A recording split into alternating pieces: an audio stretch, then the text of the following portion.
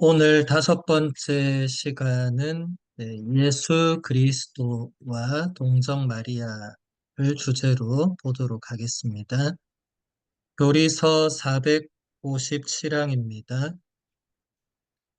니사의 그레고리오 성인을 교리서가 그대로 인용하고 있습니다. 병든 우리의 본성은 치유를 받아야만 했습니다.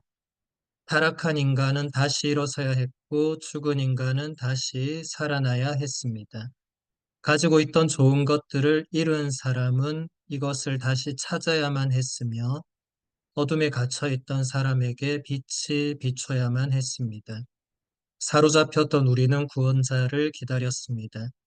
갇혀 있던 우리는 구조를 기다렸고 노예였던 우리는 해방자를 기다렸습니다. 이런 이유들이 과연 하느님께 하찮은 것이었을까요? 인류가 이처럼 불행하고 비참한 상태에 놓여 있었으므로 하느님께서 인간이 되시기까지 자신을 낮추셔서 우리를 찾아오시게 할 정도로 이런 이유들이 하느님을 움직이게 할 만하지 않았겠습니까? 니사의 그레고리오 성인은 아실리오 성인과 나지안조의 그레고리오 성인과 함께 카파도키아의 새 교부로 불리는 아주 위대한 교부이십니다. 특히 이분은 어, 신비가였죠. 굉장히 깊은 영성을 지니셨고, 그래서 우리 가톨릭 교회의 그 신비 신학, 또 영성 신학에서 미사엘 그레고리오는 아주 스승과 같은, 또 시초와도 같은, 이제 이분의 영향으로 이분 이후에 그런 신비주의적인 깊은 영성을 추구하는 사람들이 계속 교회 안에 나타나게 되었죠. 지금도 어, 우리 교회 안에 한 중요한 영성으로 자리를 잡고 있습니다. 그레고리오 성인의 이 교리 강해 작품을 교리서가 그대로 인용한 이 내용은 예수 그리스도께서 왜 인간이 되셨는가에 대한 그 질문에 대한 답을 그레고리오 성인이 한 것입니다. 그러니까 영원으로부터 성부 하느님과 함께 계셨던 성자 예수님이 왜 굳이 인간이 되셔야 했는가? 인간이 안 되고 그냥 계속 영원 안에서 하느님과 함께 그냥 계셔도 되는데 왜 굳이 인간이 되셨는가? 이제 그 질문에 대한 이제 답입니다. 하느님께서 인간이 되시기까지 자신을 낮추셔서 우리를 찾아오시게 할 정도로 중대한 이유가 있었다는 거예요. 우리 인간의 본성이 병들어 있어서 치유를 받아야 했고, 인간이 타락해 있었기 때문에 다시 일어서야 했고, 죽음을 겪게 된 인간이 다시 살아나야 했고, 이런 많은 이유들이 하느님의 아드님께서 인간이 되시는데 충분한 이유가 된다. 이것은 결국 사랑이 그 안에 답이 되겠죠. 사랑하기 때문에 그렇게 하신 거죠. 사랑은 우리가 쉽게 정의를 내릴 수 있는 것도 아니고 또 쉽게 그냥 밥은 사랑이다 이렇게 말할 수 있는 차원은 물론 아니지만 이 모든 것들을 종합적으로 볼 때 그 가장 그 근본적인 이유는 하느님의 사랑이다. 앞으로 또 우리가 오늘 보는 내용 안에 그게 나오게 될 겁니다. 460방 보도록 하겠습니다. 말씀은 우리를 하느님의 본성에 참여하게 하시려고 사람이 되셨습니다. 바로 이 때문에 말씀은 인간이 되시고 하느님의 아드님이 사람의 아들이 되셨습니다. 인간이 하느님의 말씀과 친교를 맺고 자녀됨을 받아들여서 하느님의 자녀가 되게 하시려고 성자께서 인간이 되셨습니다. 그분은 우리를 하느님이 되게 하시려고 인간이 되셨습니다. 하느님의 외아드님은 당신의 신성에 우리를 참여시키시려고 우리의 인성을 취하셨으며 인간을 신으로 만들기 위하여 인간이 되셨습니다. 예, 이제 더 구체적으로 하느님의 아드님께서 인간이 되신 이유를 성경과 교부들 그리고 중세의 가장 위대한 신학자인 토마스 아퀴나스 성인을 다 직접 인용해서 교리서가 설명을 하고 있습니다.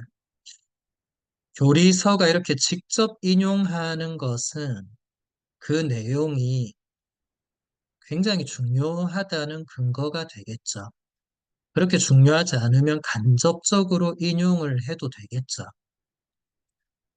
여러분이 교리서뿐만 아니라 일반적인 책들, 그러니까 수필이 아니라 약간 어느 분야든지 전문성을 가진 책을 보면 대부분의 책들은 이제 각주나 미주가 있어요.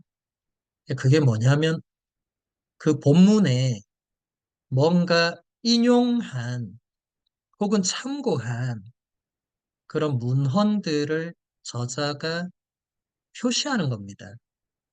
이게 만약에 학위 논문 같으면 굉장히 엄격한 규칙을 따라서 이제 해야 되는 건데, 그때도 여러분들이 그 책에서 이제 각주나 미주를 보면 굉장히 중요한 내용은 그 저자가 아예 직접적으로 인용을 해요.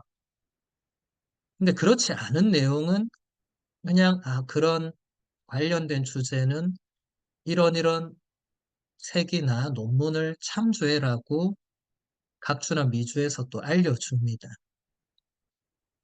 그러니까 직접 인용이냐, 간접 인용이냐, 이것을 여러분들이 앞으로 이 교리서에서 보시는 것도 굉장히 중요한 부분이에요. 이 교리서가 누구의 작품을 어떻게 인용하느냐를 잘 보시면, 이게 신앙의 유산이 이렇게 형성되는구나를 볼 수 있죠.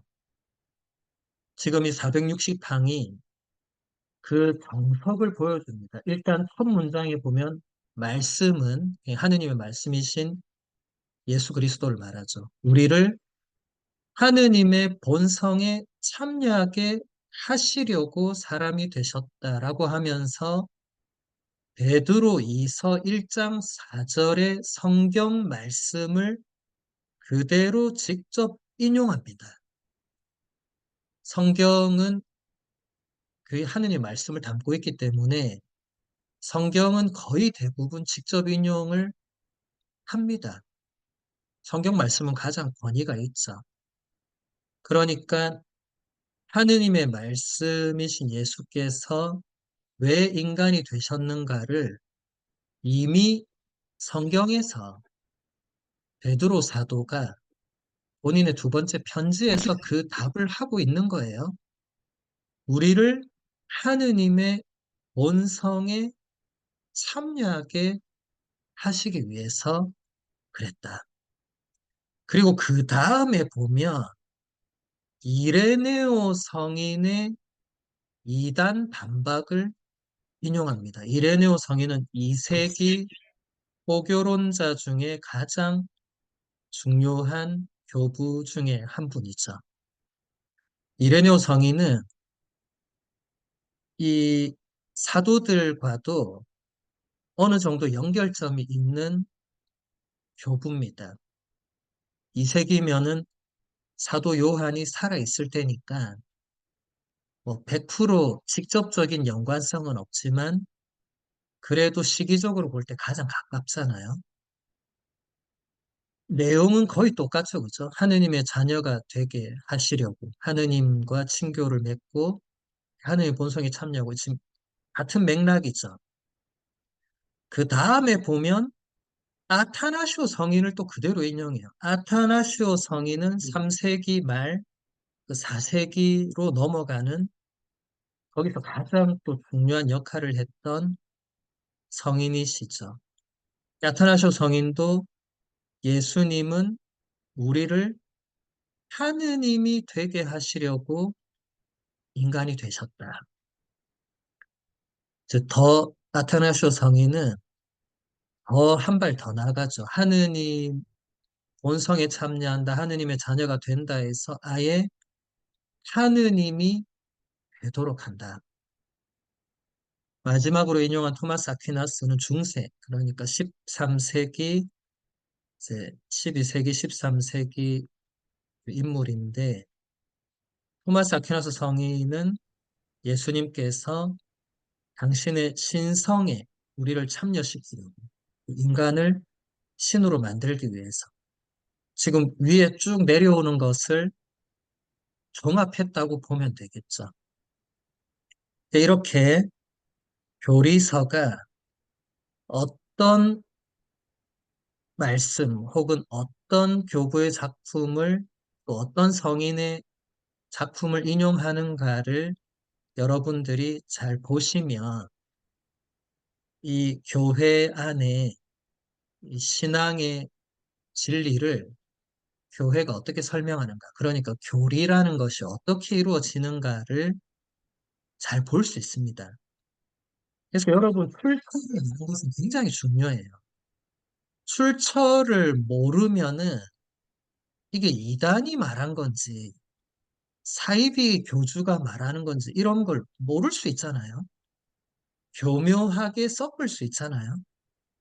그래서 여러분, 출처가 정확한 것은 매우 중요합니다. 왜냐하면 이단과 사이비도 정통 교리를 비슷하게 따라가다가 어느 부분을 약간 수정하거나 비틀면서 이제 다른 주장을 펴거든요. 그럴싸하게 들리거든요. 그래서 여러분, 출처를 항상 잘 보셔야 됩니다. 누가 어떤 얘기를 할 때도 너 그거 어디서 봤냐? 어디서 인용했냐? 중요하죠. 근데 저도 강의나 강론을 할 때 제가 생각한 거 아니면 웬만하면 거의 출처를 저는 다 표시를 하고 사람들에게 알려주고, 그래야 그게 제 개인의 생각이 아니고 교회의 가르침에 속하는 내용이라는 것. 혹은 뭐 교회 가르침까지 안 가더라도 적어도 우리가 잘 알고 있는 영성가의 말씀이라는 것. 이제 이런 출처를 밝힐 때 사람들에게 신뢰와 확신을 더 주게 됐죠. 여기서 핵심적인 것은 하느님의 아드님이 인간이 되신 것은 인간이 하느님의 아드님처럼 하느님의 그 본성에 참여할 수 있도록 하기 위한 것이었다. 그 다음 464항 보도록 하겠습니다. 하느님의 아드님께서 사람이 되신 이 유일하고도 유례없는 강생 사건은 예수 그리스도께서 부분적으로 하느님이시고 부분적으로 인간이시거나 하느님과 인간의 불분명한 혼합의 결과라는 것을 의미하지 않습니다. 그분께서는 참 하느님으로 계시면서 참 사람이 되셨습니다. 예수 그리스도께서는 참 하느님이시며 참 사람이십니다. 교회는 초기 몇 세기 동안 이 신앙의 진리를 변질시키려는 이단들에 맞서서 이것을 옹호하고 분명히 해야 했습니다. 하느님의 아드님이 사람이 되신 사건은 유일하고 또 유례가 없는 사건이죠. 이것을 강생, 한자로 내려올 강자, 날생자를 쓴 건데, 뭐, 육화라고도 우리가 번역하고 성탄이라고도 표현하죠. 같은 말입니다. 이 사건을 어떻게 해석하느냐에 따라서 수많은 또 이단과 사이비가 나오게 됐어요. 교회 초창기에.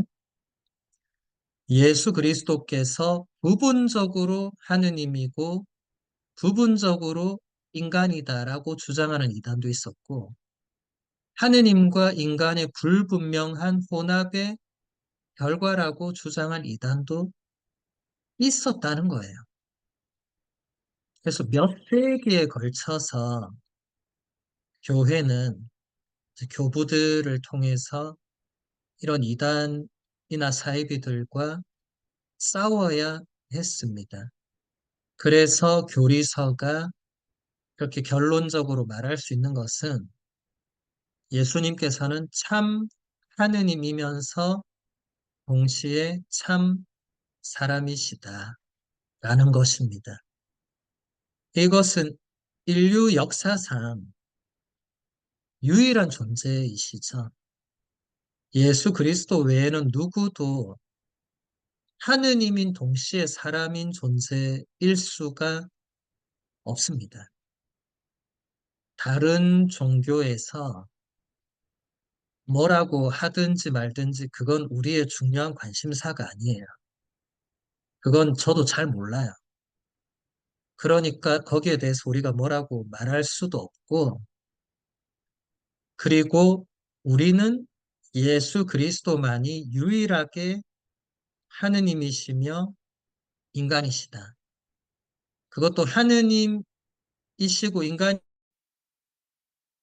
어느 정도 하느님이고 어느 정도 인간인가라는 그런 물음들, 그리고 거기에 딸려 나온 여러 이단들의 대답들을 교회는 모두 받아들이지 않았고, 그분은 참으로 하느님이시고 참으로 인간이시라는, 이것은 신앙의 신비죠. 왜냐하면 여러분이나 저나 다 인간이잖아요. 우리는 서로 알잖아요. 서로가 하느님이 아니란 걸 알잖아요. 우리는 너무나 인간인 게 분명하잖아요. 근데 예수님은 인간인 게 분명한데 하느님이신 것도 분명하다. 이건 신비죠, 신비. 그래서 많은 사람들이 여러분 지난 사순 시기에 복음들을 통해서 들었겠지만 예수님 시대의 많은 유대인들은 이것을 받아들이지 못했죠. 예수님을 그냥 한 사람으로만 받아들였죠.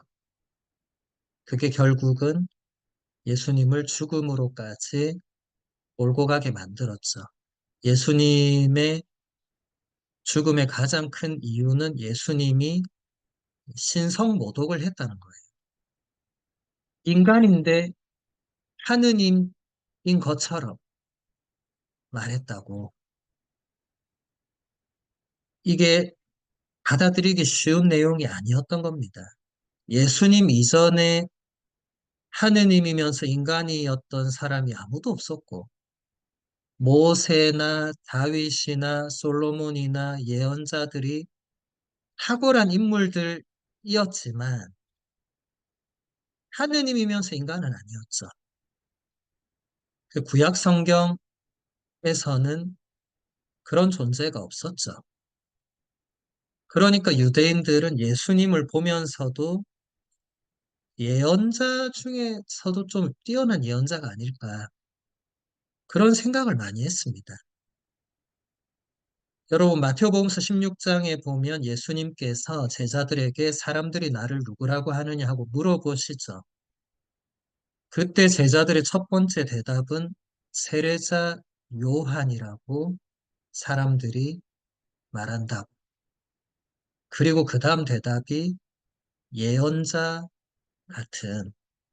그러니까 예수님 시대 사람들은 예수님을 세례자 요한 정도, 혹은 구약 성경에 나오는 그 모세나 다윗이나 이사야나 예레미야나 이런 많은 예언자 중에 한 분 정도 그 정도로 생각했다는 겁니다.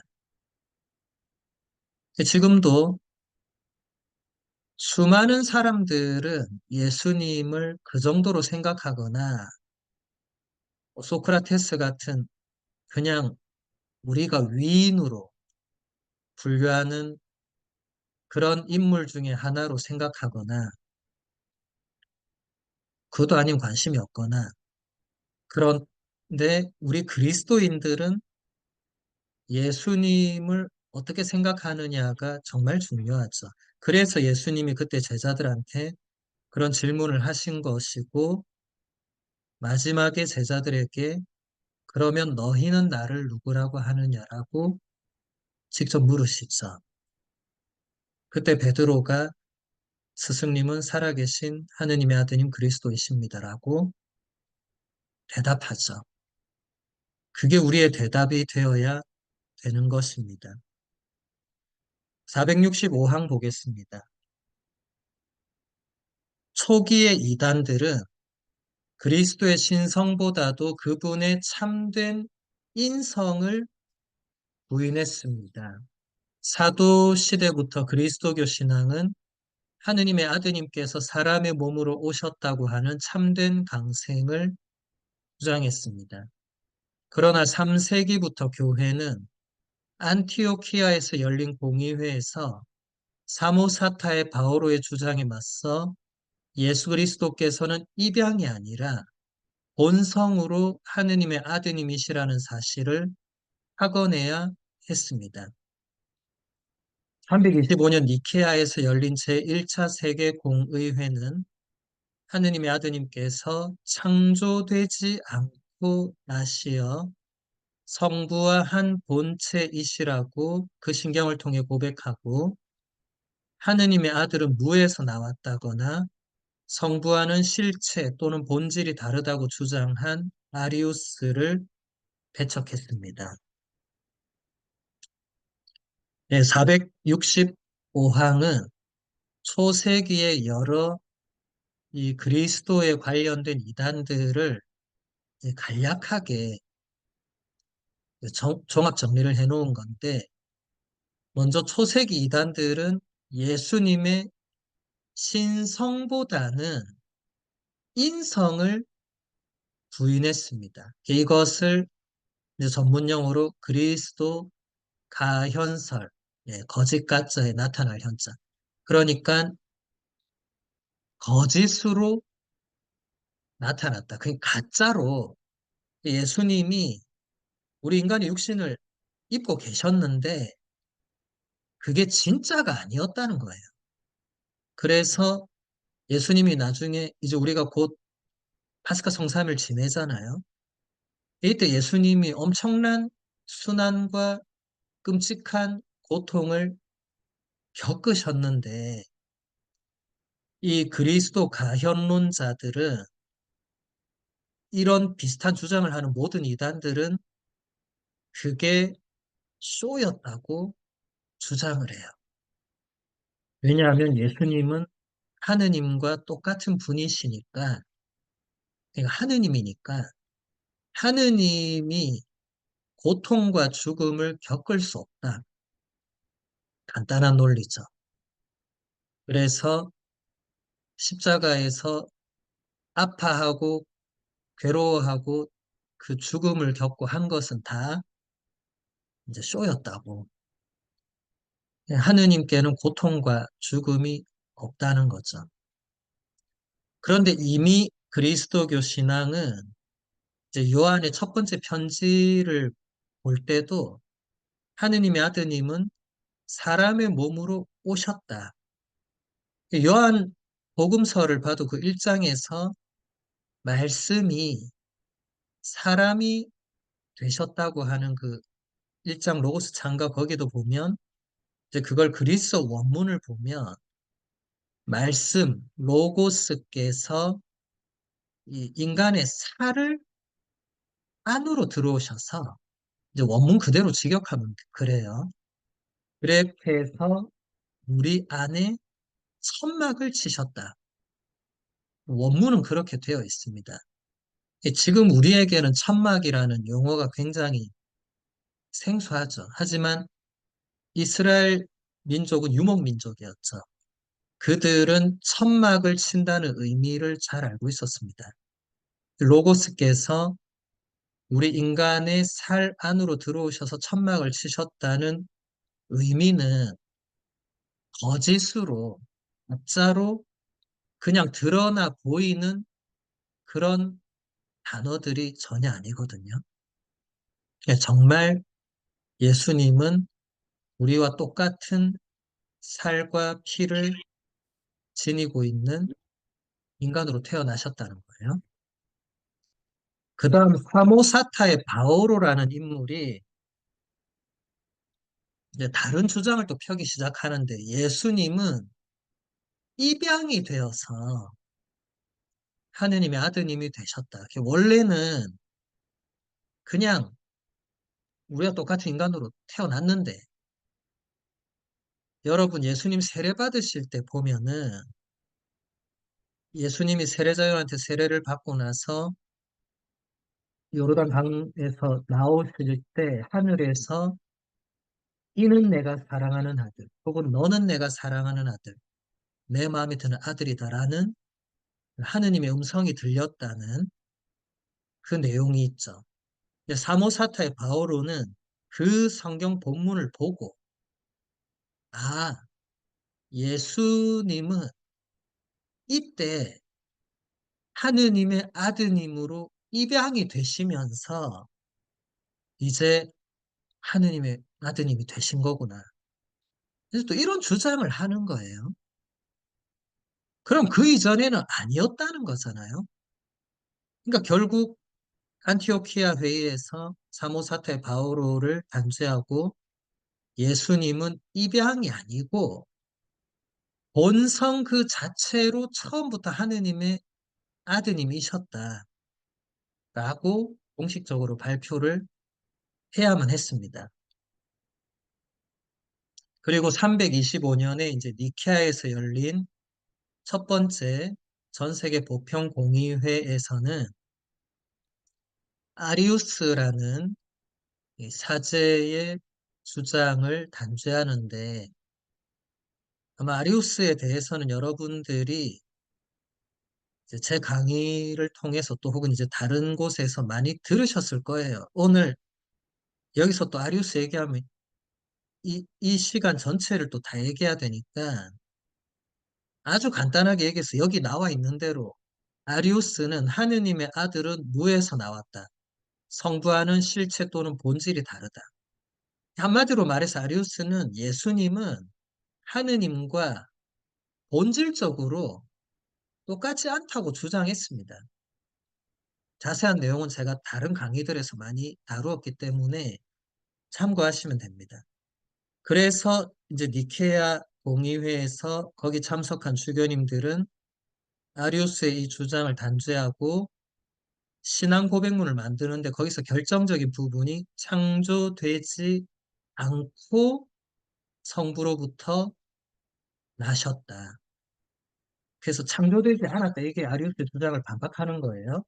그리고 성부와 한 본체다. 이게 그리스어로 호모 우시오스라는 그 단어를 라틴어가 꼰 substantialis로 그대로 번역하고 지금 영어도 라틴어를 그대로 가져와서 con substantial 이렇게 되어 있습니다.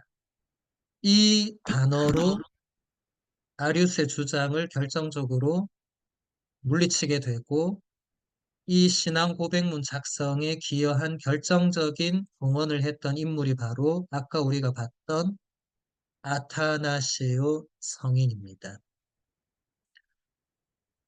그 다음 466항 보도록 할게요. 네스토리우스파 이단은 그리스도 안에 하나의 인간적 위격이 하느님의 아들의 신적인 위격과 결합되어 있는 것으로 보았습니다. 여기에 맞서 알렉산드리아의 성 지릴로와 431년 에페소 제3차 세계공의회는 말씀은 영혼으로 생명력을 지니게 된 육신을 위격에 따라 자기 자신에게 일치시키심으로써 인간이 되셨다고 고백했습니다. 그리스도의 인성은 하느님의 아드님의 신적 위격 외에 다른 주체를 가지지 않습니다. 이 제2위격은 잉태 때부터 신성을 취하시어 당신의 것으로 삼으셨습니다. 그러므로 에페소 공의회는 431년에 마리아가 하느님의 아드님을 태중에 인간으로 잉태함으로써 참으로 하느님의 어머니가 되었음을 선포했습니다. 예, 이제 지금 우리는 5세기로 넘어와서 5세기에 어떤 이단이 있었느냐 이걸 보는 거예요. 네스토리우스라는 인물은 주교였습니다. 이 주교 그냥 주교도 아니고 아주 똑똑한 주교였어요. 이분은 이제 안티오키아 학파에 속한 인물이었는데 그 교부 시대를 여러분들이 앞으로 기회가 되면 혹은 또 이미 공부하셨던 분들은 기억나시겠지만 교부들은 동방교부가 있고 서방교부가 있어요. 지역적으로 이제 동방, 그러니까 동로마 쪽에 속한 그리스어를 사용했던 교부들은 동방교부에 속하고 라틴어를 주로 사용했던 지금의 서로마 지역, 지금의 서유럽이죠. 그쪽에서 활동했던 분들이 서방교부인데 안티오키아 학파가 이제 동방 교부들의 이제 시조력이 되겠고 알렉산드리아 학파가 네, 서방 교부들의 뭐 시조라면 시조고 그 학파의 영향이 계속 이어진다는 건데 이 안티오키아 학파는 그 예수 그리스도 안에서 그 신성과 인성을 조금 분리시키려는 그런 경향이 있었어요. 오늘날은 이제 다 이렇게 교리로 정해졌으니까 경향이 있고 없고 아무 상관이 없지만 그 당시만 해도 이제 학자들이 연구를 하다 보니까 이제 본인이 더 뭔가 끌리는 학파와 그 주장과 그런 게 있겠죠. 여기서 보면 이제 네스토리우스가 주장했던 것은 예수 그리스도 안에 하나의 인간적인 위격이라고 지금 번역한 거는 이제 라틴어 페르소나를 이제 번역한 건데 우리로 말하면 인격입니다. 인격. 그러니까 그 존재를 고유하게 해주는 그 무엇을 말하죠. 그런데 여기서도 보면 예수 그리스도 안에 인간성의 고유한 페르소나가 있고 하느님 아드님의 그 신적으로 고유한 페르소나가 두 개가 같이 그 안에 있어가지고 그래서 네스토리우스 주교는 어떤 주장을 했느냐면 성모님은 인간 예수의 어머니이기 때문에 성모님은 하느님의 어머니라고 불러서는 안 되고 그 인간 예수의 어머니, 그래서 그리스도의 어머니로 불러야 된다. 이제 이렇게 나왔거든요. 근데 그게 신자들의 반대에 부딪힌 거예요. 신자들이 아니 주교님 이때까지 우리는 성모님을 항상 하느님의 어머니로 표현해 왔는데 뭐 뜬금없이 그리스도의 어머니가 뭐냐. 그 신학적 근거는 예수 그리스도 안에 이 페르소나가 2개가 합쳐져 있다고 이렇게 생각을 했다는 거예요. 그러니까 알렉산드리아 학파의 대표적 인물이었던 이제 치릴로 성인이 아니다. 예수 그리스도 안에는 그 하느님의 아드님의 그 신적인 페르소나, 그 하나밖에 없지. 두 개의 페르소나가 따로 있고 그게 어느 순간 합쳐지고 그럴 수가 없다는 거예요. 그래서 여러분 지금 벌써 이 정도 얘기 들으니까 이제 진짜 머리가 아프시죠, 그렇죠? 머리가 아픈 이야기를 지금은 그냥 머리 아프다 하고 넘어가면 되지만 그때는 이게 머리가 아파서 끝날 문제가 아니었고 신자들이 들고 일어나는 문제였어요. 신자들이 네스토리우스 주교한테 가서 그거 아닌 것 같다고 따지고 한 거죠.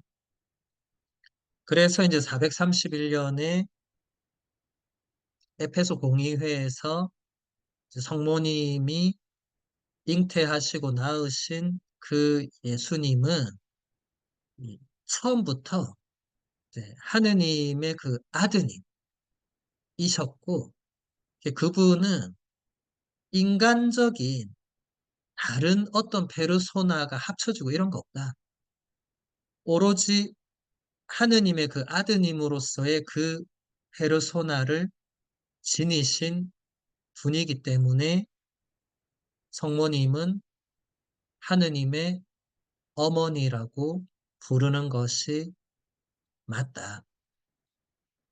여기서 성모님을 하느님의 어머니라고 말할 때 창조주 하느님의 어머니라는 표현이 아니고 예수 그리스도께서 하느님과 본질적으로 똑같은 분이다. 아까 니케아 공의회 그 신앙 고백문 내용을 떠올리면 됩니다.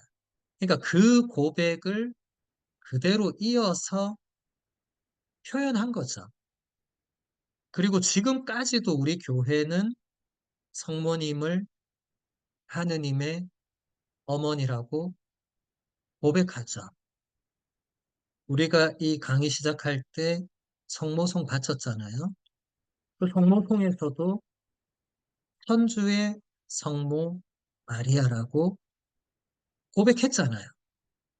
천주의 성모가 하느님의 어머니시죠. 우리 교회는 1월 1일을 천주의 성모 마리아 대축일로 지내고 있죠. 그 다음 467항 보겠습니다. 그리스도 단성론자들은 하느님의 아들의 신적인 위격이 인간의 본성을 취했으므로 그리스도 안에는 인간 본성이 더 이상 존재하지 않는다고 주장했습니다. 우리는 여전히 5세기에 있고요.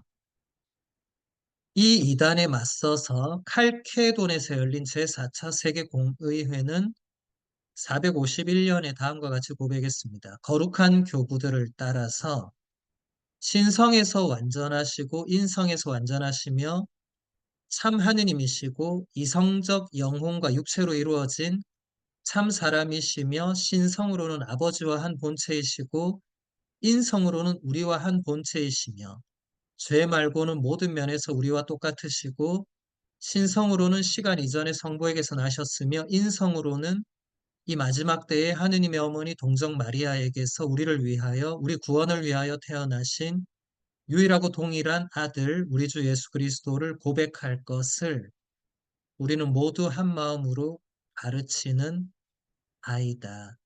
한 분이시며 같은 그리스도이신 외아들 주님은 우리가 두 본성을 혼동하거나 변질시키거나 분할하거나 분리하지 않고 인정해야 한다. 이 두 본성의 차이점은 그 결합으로 사라지는 것이 아니라 오히려 각 본성의 고유함이 그대로 보존되어 하나의 위격과 하나의 본체 안에 결합되었다. 네, 갈수록 머리가 아파오고 있습니다. 이단이 나타나면 이렇게 될 수밖에 없는데 이제 그리스도 단성론자라는 또 이단이 나타났어요. 이건 뭐냐면 말 그대로 단성, 그러니까 그리스도는 그 본성이 하나밖에 없다라는 거예요. 그러니까 그 하느님의 아드님으로서의 그 고유한 페르소나를 에페소 공의회에서 이제 얘기를 하니까 이제 또 다른 이단이 그러면은 예수님은 그 안에 페르소나가 하나밖에 없으니까 그러면 인간의 본성은 없는 거 아니냐. 여러분, 아까 우리가 초세기 가현론자들 봤잖아요. 그때도 가현론자들이 이 예수님의 인성을 부정했다고 그랬잖아요. 근데 지금 5세기 와가지고 300년이 지났죠. 근데 또 인간 본성이 더 존재하지 않는다. 여러분, 이단은 사라질 듯 사라질 듯 하면서 잘 안 사라집니다. 사이비는 없어진 것 같은데 어딘가에서 또 나타납니다. 이단과 사이비의 생명력은 굉장히 길입니다. 뭐 이유가 있겠죠.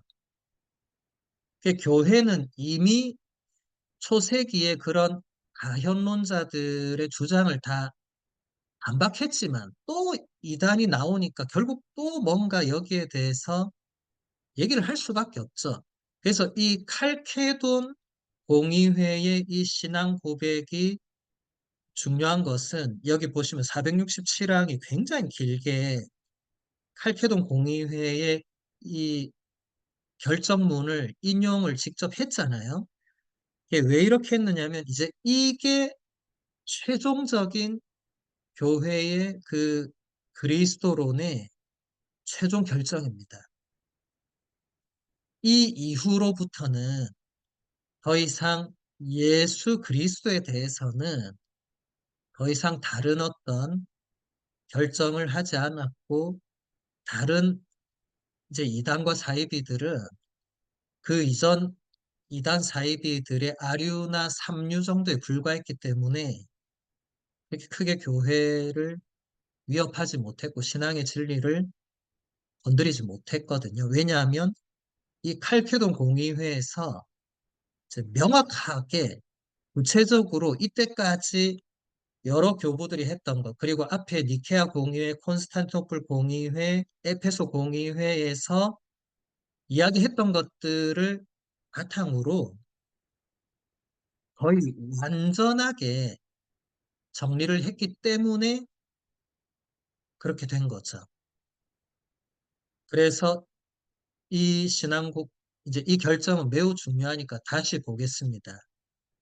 예수님은 신성과 인성에서 둘 다 완전하다. 그 앞에 많은 이단들은 신성이 완전하지 않거나 인성이 완전하지 않다고 주장했지만 다 단죄받았죠.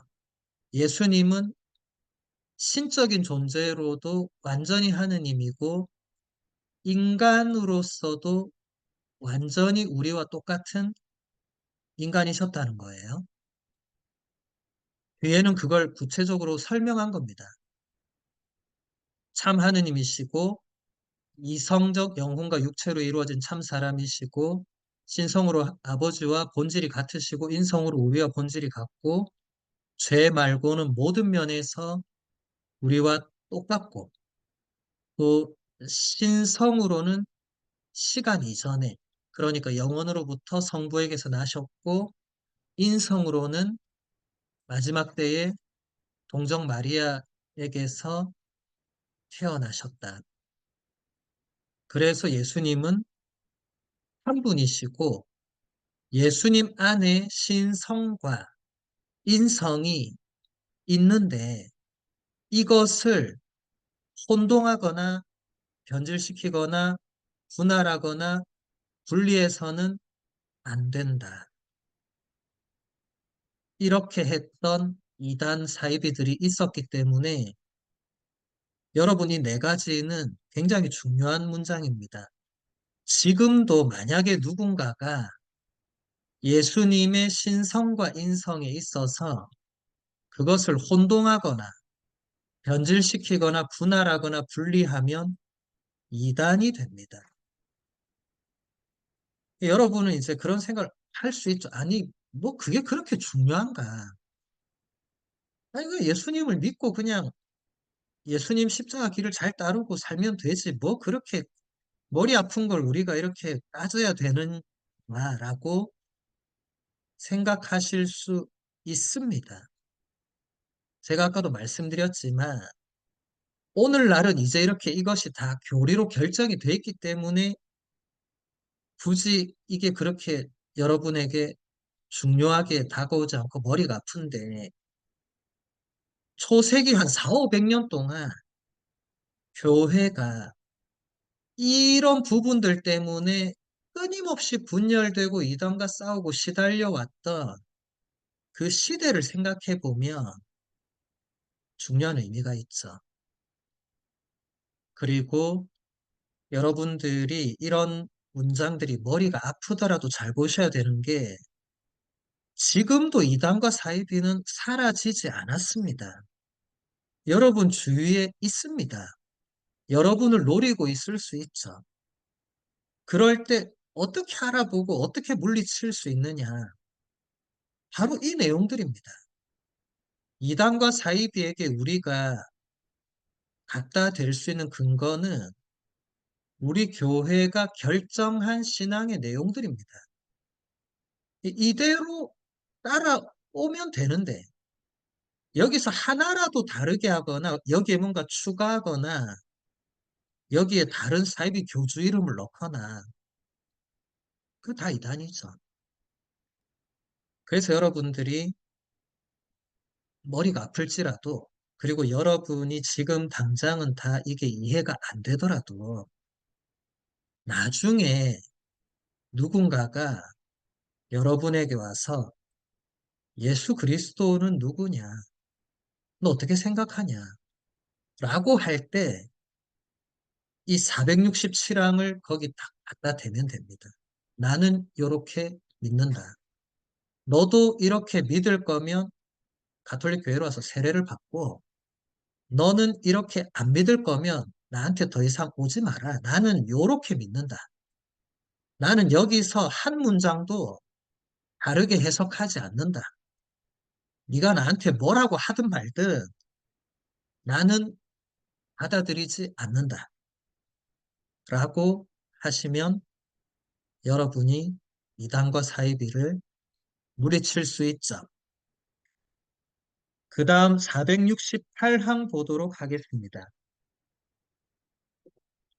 칼케돈 공의회 이후에 그리스도의 인성을 일종의 위격적 부채라고 주장하는 사람들이 있었습니다. 거기에 맞서서 553년 콘스탄티노플에서 열린 제5차 세계공의회는 다음과 같이 고백했습니다. 삼위의 한 분이신 우리 주 예수 그리스도께서는 오로지 하나의 위격이시다.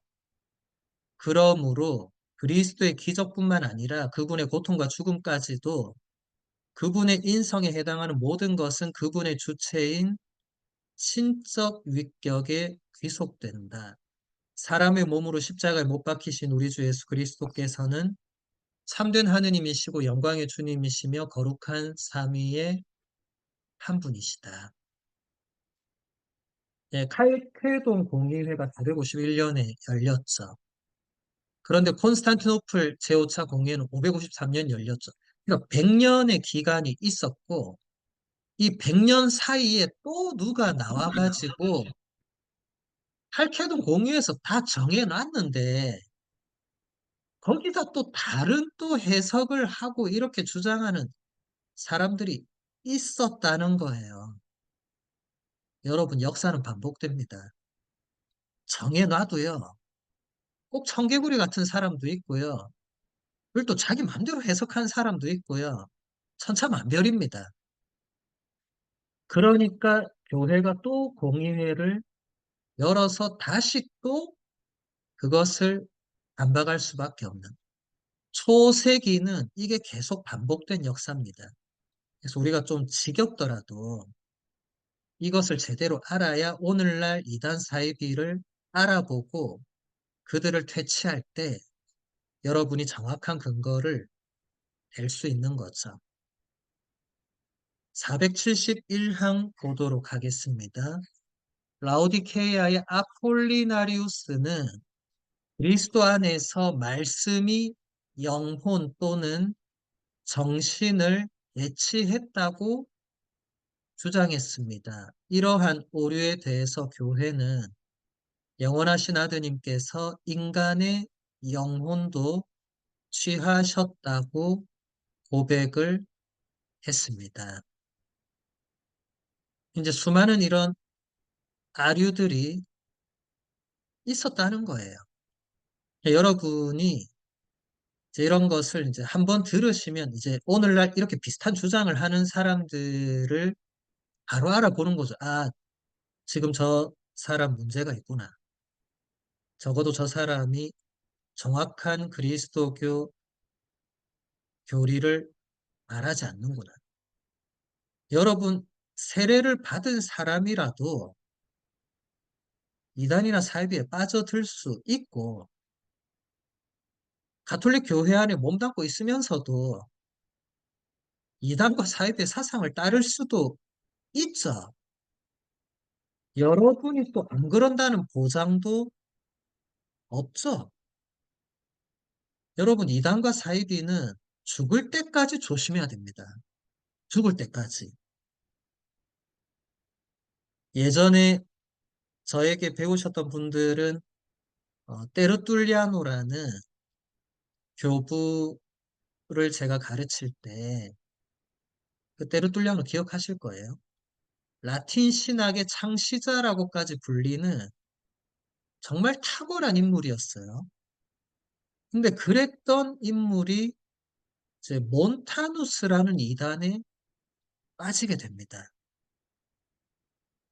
여러분은 이해가 안 될 거예요. 아니, 그렇게 탁월한 인물이 이단에 빠질 수 있냐? 있습니다. 이단에 빠질 때는요, 탁월하고 안 탁월하고 아무 상관없습니다. 여러분, 이단 사이비에 똑똑한 사람, 잘난 사람, 탁월한 사람 널려 있습니다, 그 안에. 그래서 여러분들, 이단 사이비 앞에서는 아무도 나는 절대로 빠져들지 않는다. 그런 헛된 자만심은 매우 경계해야 됩니다. 항상 조심해야 되고, 그래서 정통 교리를 머리가 아프더라도 제대로 배우고, 제대로 이해하고, 잘 몰라도 끊임없이 그 내용을 반복해서 살펴보는 것이 오늘날 여전히 존재하는 이단이나 사이비에 빠져들지 않는 아주 중요한 길이 됩니다. 475항을 보도록 하겠습니다. 교회는 681년 제6차 세계공의회에서 그리스도께서는 신적이고 인간적인 두 의지와 두 작용을 지니신다고 고백했습니다. 그 둘은 서로 대립하지 않고 협력하는 것이어서 사람이 되신 말씀은 성부께 완전히 복종하시어 우리의 구원을 위하여 몸소 성부와 성령과 함께 하느님으로서 결정하신 모든 것을 인간으로서도 원하신다. 그리스도의 인간적인 의지는 당신의 신적 의지에 저항하거나 반대하지 않고 오히려 이 전능한 의지에 순종한다. 자, 여러분 이제 553년에서 681년으로 넘어왔는데 또 한 130년의 기간이 있죠. 130년이면 세대가 한 4세대 정도가 또 바뀌잖아요. 이제 그러다 보니까 또 이단이 발생했는데 결정했으면 그냥 그대로 믿고 따르면 되는데 받아들이고 그게 아니고 또 거기서 그러면은 예수님 안에 두 본성이 있다고 했는데 그러면 그 의지는 어떻게 되는 거냐? 또 이런 식으로 이제 따지고 나온 이단 사이비들이 있었다는 거예요. 여러분 이제 진리시죠. 그렇지만 여러분 그러니까 지금 이단과 사이비가 500년 가까이 그러니까 영지주의를 만약에 첫 번째 이단이라고 본다면 영지주의가 이미 요한복음서 기록될 때 있었으니까 대충 100년으로 친다면 지금 700년까지 그러면 거의 600년까지 계속해서 끊임없이 이단은 발생했습니다. 사이비는 또 이단에서 또 그 아류로 나오는 것이죠. 그래서 교회는 그때마다 공의회를 열어서 이단의 주장을 단죄하고 교회의 공식적인 가르침을 결정을 할 수밖에 없었습니다. 476강 볼게요. 말씀은 참된 인성을 취하시어 인간이 되셨기 때문에 그리스도의 육체는 묘사가 가능합니다. 이 때문에 예수님의 인간적인 모습은 생생하게 그려질 수 있습니다. 제7차 세계공의회에서 교회는 예수님의 인간적인 모습을 성화상으로 표현하는 것을 정당하다고 인정했습니다. 이제 787년, 그러니까 681년보다 또 100년이 지났어요. 이제 그 사이에는 이제 어떤 예수 그리스도의 어떤 본성이나 뭐 의지나 이제 이런 부분은 정리가 됐으니까 이제는 성화상 논쟁이라고 하는 것이 그 사이에 또 발생을 해서 예수님을 우리가 인간적으로 예수님이 어떤 그 육신을 지니셨던 그 십자가에 못 박히시고 매달리신 그런 것을 묘사해도 되느냐. 그러니까 사람들이 또 이제 두 가지로 갈라졌겠죠. 구약에서 하느님이 우상을 숭배하지 말라고 했으니까 안 된다. 근데 또 어떤 사람들은 아니 예수님이 우리와 똑같은 인간으로 사셨고 실제로 십자가에 못 박혀 돌아가셨는데 그걸 표현하는 게 뭐가 문제냐. 이제 이렇게 된 거죠. 그래서 787년 니케아에서 여기서 왜 제2차라고 하냐면 325년에 니케아에서 공의회가 있었잖아요. 그러니까 두 번째로 니케아에서 열렸단 말이죠. 그리고 전 세계 공의회로 보면 7차고 그래서 제7차 니케아 공의회에서는 예수님의 인간적인 모습을 성화상으로 표현하는 것은 정당하다. 성화상 논쟁이 동식됩니다. 지금도 우리가 십자가나 성모님상 성인들의 그림 뭐 여러 가지를 우리가 다 사용하는데 일부 개신교 신자나 이단 사이비에서 우리를 향해서 이제 우상 숭배라고 얘기를 하죠. 굉장히 무지한 거예요, 일단. 이미 그 700년대에 발생했던 성화상 논쟁을 아예 모르고 있거나 그리고 이런 787년에 니케아 공의회 결정이 있었다는 것도 아예 모르고 있거나 뭐 그렇다면 대단히 무지한 거고 알면서 그렇게 한다면은 그건 굉장히 사악한 거죠. 그게 사실이 아니란 걸 알면서 왜곡해서 공격하는 거니까 굉장히 사악한 거죠. 여러분, 어쨌든 외부에서 우리를 공격하는데 사악하고 무지하고 이걸 우리가 어떻게 하겠어요? 그들을 뭐 우리가 비난하고 탓한다고 해서 바뀝니까? 안 바뀌겠죠. 그래서 우리는 가톨릭 교회가 그런 부분들을 어떻게 가르치고 설명하는지를 더 제대로 배우는 것이 우리의 할 일입니다. 교회는 많은 교부들과 성인들의 이 말씀을 따라서 성화상 자체를 그대로 신격화하거나 그걸 우상처럼 모시는 그것은 한 번도 우리 교회는 그렇게 해본 적이 없죠. 지금도 프란치스코 교황님이 그런 얘기 하시잖아요. 십자가는 부적이 아니다. 만일 여러분 중에 누군가가 십자가나 성모상이나 묵주나 이런 것을 마치 부적처럼 생각하고 그걸 가지고 있으면 우리가 좀 화를 피하고 복을 받고 이렇게 생각하고 있으면 개신교가 공격하는 그게 맞는 거예요. 여러분이 그렇게 생각하고 있는 분들은 아마 이런 부분에 대해서 제대로 모르시니까 그렇게 생각하실 수 있겠죠. 제대로 배우시면 됩니다.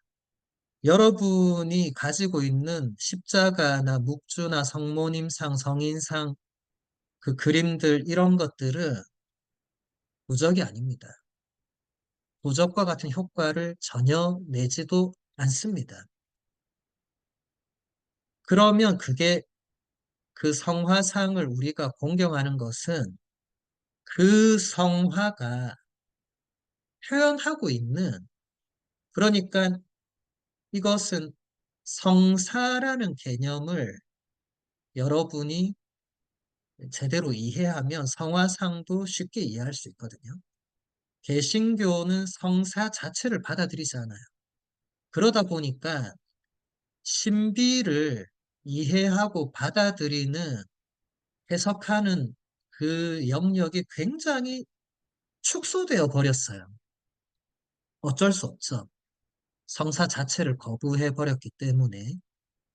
우리 인간 피조물 안에서 하느님의 은총과 현존이 드러날 수 있는 그런 표징들을 모조리 다 막아버린 거죠. 개신교는 그걸 전부 다 그냥 상징적인 것으로 그냥 치부해 버렸습니다. 제가 볼 때 그건 루터의 굉장히 큰 실수였습니다. 본인이 사제였음에도 불구하고 성사 전체를 그렇게 했다는 것은 굉장히 큰 오류라고 저는 보는데,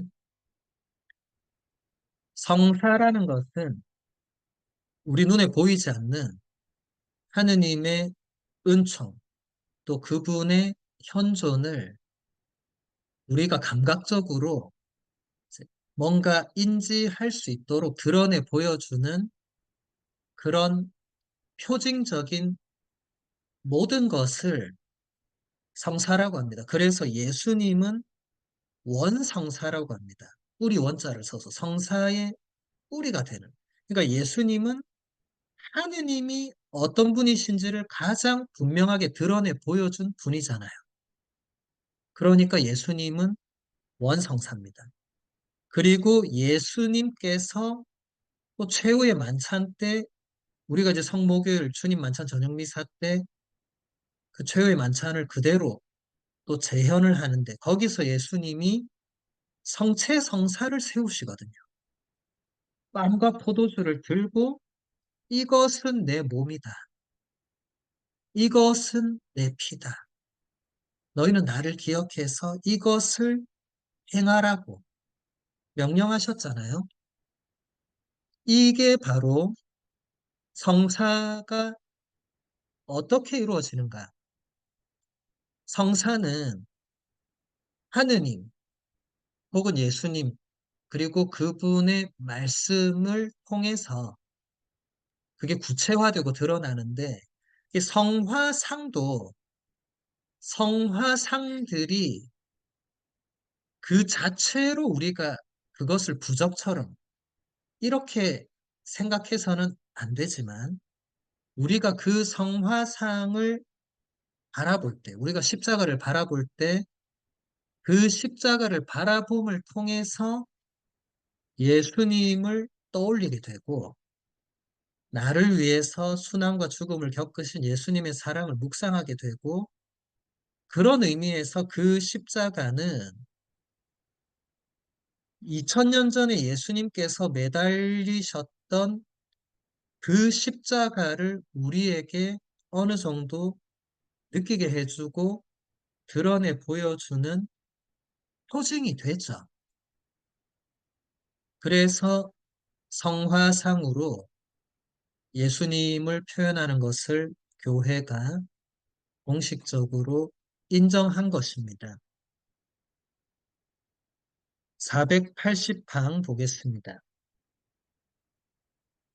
예수 그리스도께서는 그 신적 위격의 단일성 안에서 참 하느님이시며 참 사람이십니다. 그러므로 그분은 하느님과 인간 사이의 유일한 중개자이십니다. 네. 이제 예수님에 대해서 우리가 딱 간단 명료하게 표현하면 예수 그리스도는 그 신적 위격, 그러니까 예수님 안에는 그 신적인 페르소나라는 그 하나의 페르소나 안에서 예수님은 하느님이시고 인간이신 분이고, 그래서 예수님은 하느님과 인간 사이의 유일한 중개자가 되십니다. 구약 성경에서 보면 모세가 하느님과 이스라엘 백성의 중간에서 그런 중개자 역할을 했었죠. 그리고 그 이후의 예언자들이 어느 정도 그런 역할을 했지만 모세나 구약의 예언자들은 하느님과 인간 사이에 참된 중개자는 아니었습니다. 한시적으로 그 시대에 필요한 임무를 수행한 거죠. 물론 대단히 훌륭한 분들이시지만 제가 아까도 얘기했지만 모세가 아무리 탁월하다고 해서 어느 정도 신성을 가졌다거나 그렇게 생각한다면 또 이단이죠. 모세교 하나 나오는 거죠. 모세는 그런 인물이 아니죠. 인간적으로 뛰어난 인물이었지 신성을 조금이라도 지니고 있다거나 아니죠. 모세가 기적을 일으킨 것은 모세 개인의 힘으로 기적을 일으킨 것이 아니죠. 하느님께서 모세를 통해서 기적을 행하신 거죠. 근데 예수님은 다르죠. 예수님은 참 하느님이시기 때문에 기적도 스스로 행하셨죠. 행하고 싶으실 때 행하셨습니다. 그리고 예수님은 참 인간이셨기 때문에 십자가 고통을 그대로 겪으셨죠. 그래서 그분이 유일한 중개자이시다. 우리 교회는 예수 그리스도 외에는 아무도 하느님과 인간 사이를 중개할 수 있는 존재가 없다고 고백합니다. 만약에 누군가가 여러분 주위에 어떤 사람이 본인을 혹은 본인이 아는 누구를 예수님이 나타나서 그런 역할을 줬다고 그런 말도 안 되는 소리를 한다면은 바로 절교해야 됩니다. 절교. 그거는 전형적인 이단 사입이거든요. 예수님의 계시를 받았다는 이런 표현을 쓰는 사람은 그냥 바로 단절해야 됩니다. 농담을 하더라도 그 농담으로 그런 말 하는 사람은 멀리 해야 됩니다. 농담 자꾸 하면 그게 진담이 되거든요. 여러분, 계시라는 말은 하느님께서 당신 자신을 인간에게 알려주시는 이 신비로운 사건인데 계시의 완성은 예수 그리스도이십니다. 그런데 그것을 지금 누군가가 본인이 계시를 받았다고 전부 다 가짜입니다. 계시를 본인이 어떻게 받았고 그런 거에 여러분 관심을 둘 필요가 전혀 없습니다. 지난 세기에 호세 마리아 에스크리바라는 성인은 제가 자주 그분의 작품 길이라는 책을 자주 강의나 강론 때 인용하는데 그 호세 마리아 에스크리바 성인의 시기에도 주변에 뭐 계시를 받았네, 뭐 기적이 일어났네 이렇게 주장하는 사람들이 있었던 것 같아요. 이 호세 마리아 성인이 그런 말을 했습니다. 저에게는 내복음서에 나오는 기적만으로 충분합니다. 다른 기적은 필요 없습니다. 이게 우리 교회가 기적을 대하는 입장입니다. 기적이 발생할 수는 있겠죠. 지금도 여러분 기적이 일어날 수 있겠죠. 성인 성녀들이 성인 품에 오를 때 기적 심사가 가장 결정적인 역할을 하니까 성인 성녀들을 통해서 기적이 일어날 수 있죠. 우리는 지난 세기에 오상에 비오신 분임을 잘 알고 있죠. 근데 오상에 비오신 분임을 여러분이 떠올려 볼 때 그분이 본인을 통해서 어떤 기적이 일어났을 때 내가 내 힘으로 이 기적을 행했다든지 내가 예수님한테 이런 어떤 계시를 받았다든지 그런 말을 절대로 하지 않습니다. 오히려 비오신 분임은 사람들이 그런 말을 할 때 단칼에 그것을 막거든요. 말도 안 되는 소리 하지 말라고. 비오신 분임은 본인 자체가 몸에서 매일 피가 났잖아요. 몸에 구멍이 있었잖아요. 양손과 양발과 옆구리에 이 큰 구멍이 있었거든요. 거기서 매일 피가 났습니다. 그게 이미 기적이죠. 근데도 오상에 비우신 분임은 한 번도 본인이 예수님께 특별한 사적 계시를 받았다거나 그런 말을 하지 않습니다. 그랬으면 성인 품에 오르긴커녕 이단 사이비 교주로 역사의 이름이 남았겠죠. 그래서 여러분들 우리가 오늘 이렇게 예수 그리스도의 이 여러 가지 교리가 형성되는 과정을 이제 살펴보면서 이단과 사이비에 대해서 제가 계속 얘기를 많이 했는데 지금도 여러분들 주위에 있고 여러분들은 조심하셔야 됩니다. 그래서 오늘 배운 내용들이 비록 어렵고 머리가 아프더라도 오늘 배운 내용이 가톨릭 교회가 예수 그리스도는 누구이신가에 대해서 공식적으로 인정한 가르침입니다. 그래서 여러분들이 앞으로도 누군가가 예수 그리스도에 대해서 뭐 사적 계시에 대해서 기적에 대해서 뭐 얘기할 때 오늘 배운 내용을 근거로 제시하시고 나는 이것을 믿는다. 너도 믿으려면 가톨릭 교회로 오면 되고 믿지 않으려면 넌 너대로 살면 된다. 이렇게 칼에 끊으시는 것이 이단과 사이비에 빠지지 않을 수 있는 가장 좋은 길이다라는 말씀을 드리면서 오늘 강의는 마무리하도록 하겠습니다.